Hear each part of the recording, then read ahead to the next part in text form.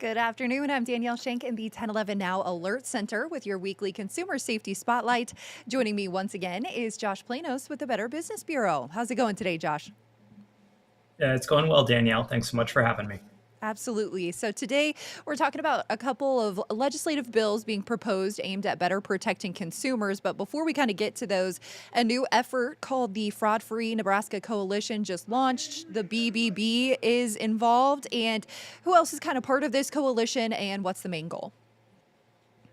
Yeah, so this was really put together by Richard Baer, who's the president of the Nebraska Bankers Association. So I give Mr. Baer a lot of credit for his leadership on this effort, and it really just asks state agencies to band together to fight fraud. The more that we can resurface that message, the better. This includes the Attorney General, includes the governor, includes AARP Nebraska. There are law enforcement agencies. There's the Nebraska Department of Insurance. There are a number of partners that are coming together because fraud does not respect organizational boundaries. We hear about scammers that hit banks, that hit retailers, that hit consumers, they hit small businesses all at once, often in the same scheme. And no single agency sees that whole picture.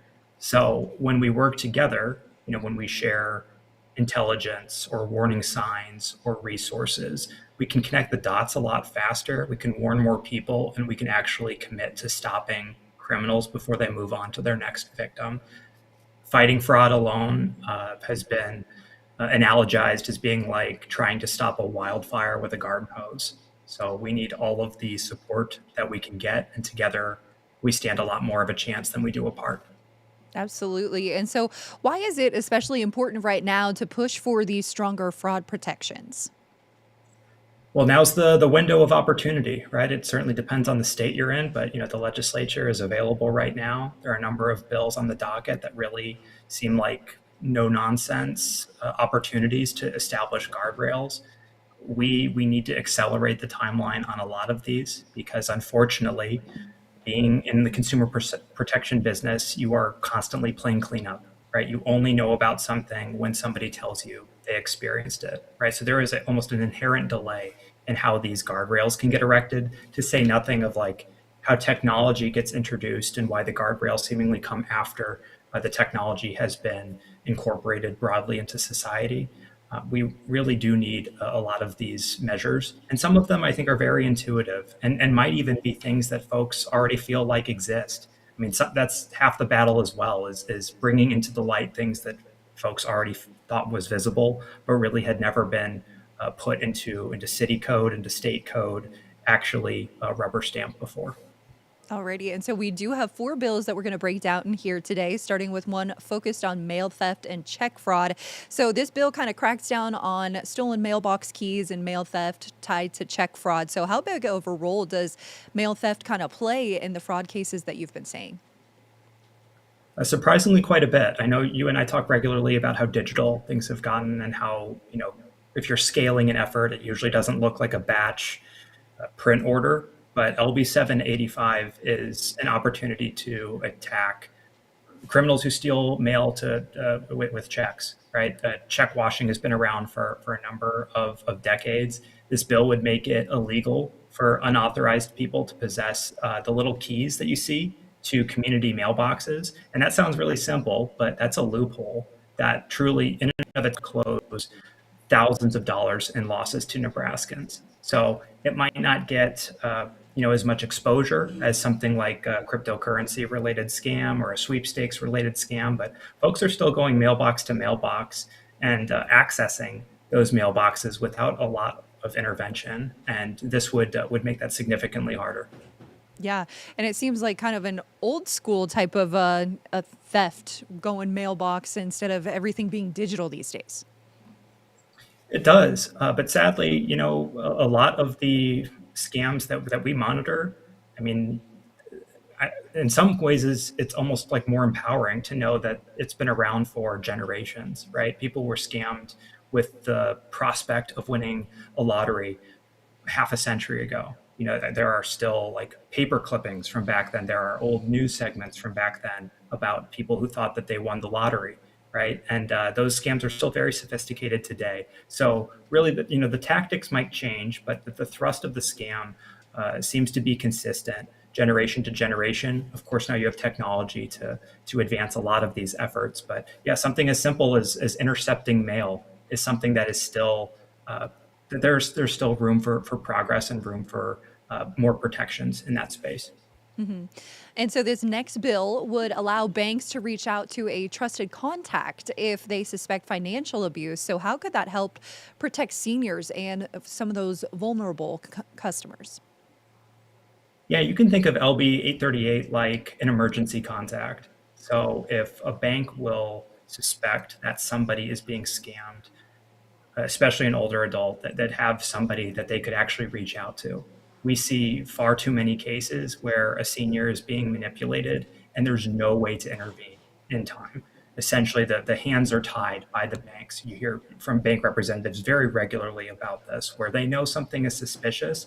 Technically, that's their money. We can only intervene so much. This is a way to establish, again, not somebody completely removed from the experience. This is a designated contact, a designated emergency contact that can intercept in time to protect some of that money. Because as you and I know, Danielle, once that money is sent, it's very difficult to ever see it again if it's with a particular payment method. So this is a way to and have a little bit of a buffer and a little bit of a second set of eyes to throw at something.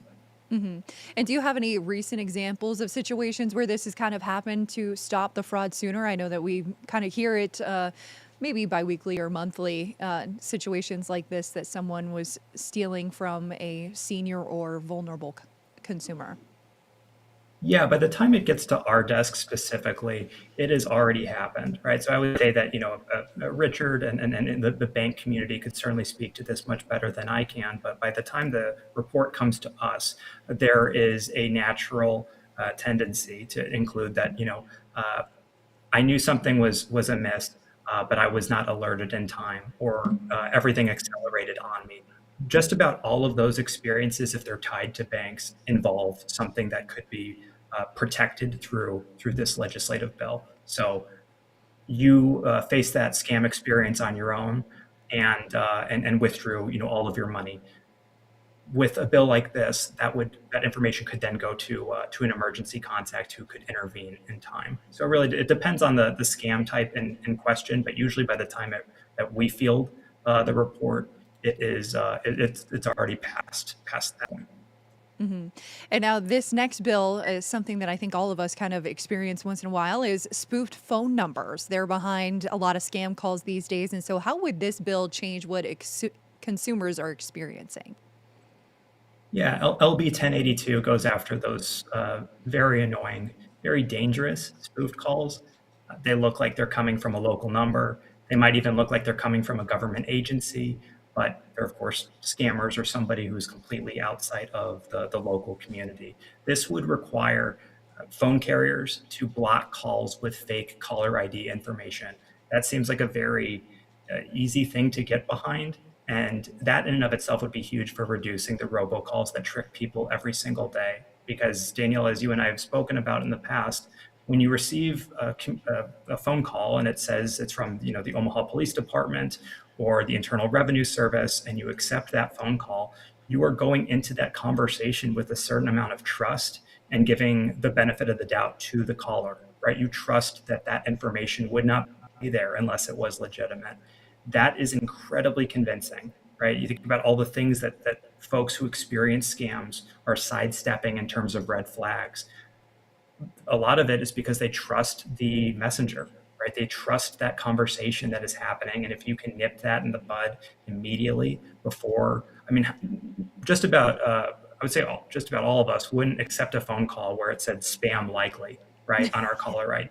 So if we can get that information under wraps, if we can get our arms around it, such that someone doesn't believe that they are actually receiving a call from a government agency when it's somebody half a world away, that is a huge win and a huge step forward in the fight against fraud. Yeah, I honestly don't even accept or look at phone calls or, answer them if they aren't someone that's already in my contacts because I'm like, oh, it's just another scammer. It's like, so really narrowing down on these local calls. I mean, especially for those who have been scammed by police, thinking that sheriff's offices, police departments have been calling them saying that there's a warrant for their arrest. Yeah, and I think we have spoken in the past about like I'm really glad to hear that you are not accepting phone calls from people that aren't in your phone contacts, but that is a single step that is already not being taken by many, right? They just assume the best intentions, the benefit of the doubt. It's a step further when you are accepting a phone call from someone that you believe is a government agent or a representative of an organization that you trust. People have, spoofed the Better Business Bureau. Obviously, we don't want that out there. We don't want that information to get in somebody's hands. We don't want anybody to be misled. But one thing that we can do is better police what is actually coming through on mobile devices, whether it's a text message, whether it's a phone call. That information can be better protected than it is currently. Right. And so, lastly, this is another big one. Many scams are starting with fake ads on social media. So, what would this bill require platforms to do differently? Yeah, Danielle, I feel like we're running down the list of previous Monday conversations that we have Yes. had. This one, LB 118 or 1118, addresses something we've been concerned about for a while, which is fraudulent ads on social media accounts. Scammers can currently buy ads pretending to be legitimate businesses. And this bill would require platforms to verify who is actually behind those ads and to take down the fraudulent ones. So that is really all about accountability. We hear very regularly from folks who clicked on an ad and thought because it's tied to a brand that they trust that it was reputable and it was deserving of their time and consideration. And yeah, maybe it sent them to a website that looked a little unfamiliar and not like what they expected. But that ad appeared on my timeline.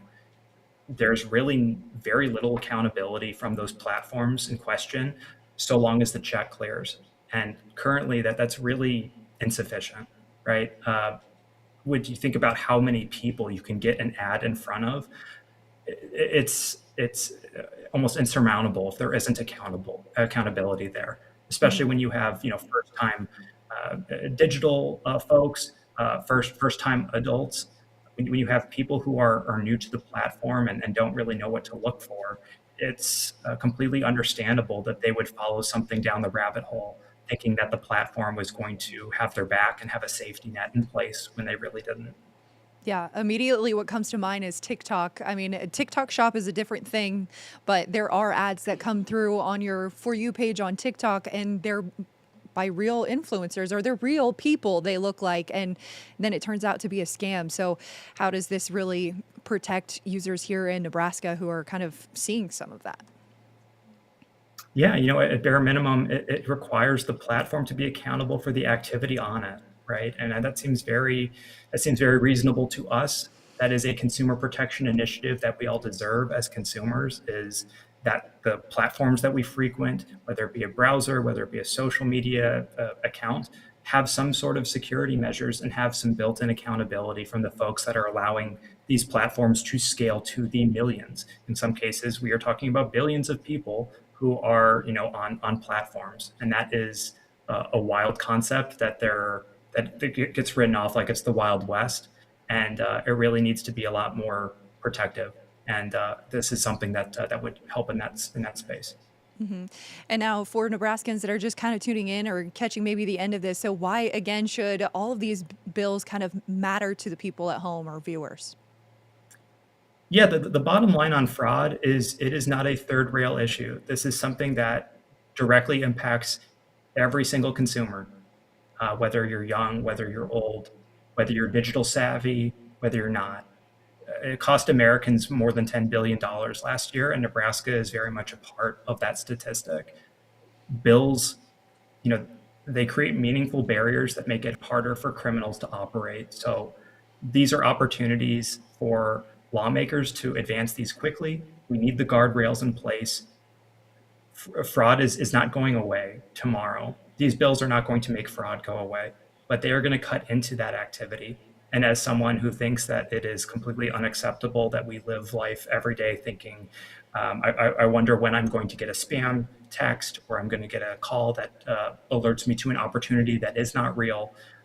I think that these are very measured steps, very needed steps, and steps that can address that head on. And now, as we kind of wrap up here, a reminder that the BBB Scam Tracker is available on your website. So, Josh, can you tell us a little bit about that tool and how it helps people? Yeah, it's BBB Scam Tracker, bbb.org/scam tracker. It's a really good way to see what has been reported in your area. You can drill down by zip code. You can drill down by scam type. We have about 25 different scam types that we monitor. If you want to know what is being reported in your area, we make that information available. We do a spot check, so we ensure that we are not putting information on our website that is illegitimate. These have all been verified as reports. And last year we had more than 1,300 from Nebraskans. So that's a lot to chew on. There's a lot to get our arms around. But one way that folks can do a better job of protecting themselves is by staying educated on what is actually being reported and what is being experienced by their neighbors. So it takes 2.5 minutes to submit one of these reports. That's not a lot of time. You can be kept completely anonymous and you can still protect others. That is the only way, in addition to guardrails, that we can combat fraud in this country is by bring that information into the light. And I hope that folks, if they experience something, are willing to speak up and to bring that information forward. All right, Josh, thanks so much for joining us here today. Thank you, Danielle. Alrighty, so stay tuned to our website, follow us on all our social platforms, and be sure to download our app on Roku for all the latest news of the day from our newsroom to wherever you are. We'll see you on the next stream. 1011 News is everywhere. Download our smart TV apps and follow us on social media at 1011 News.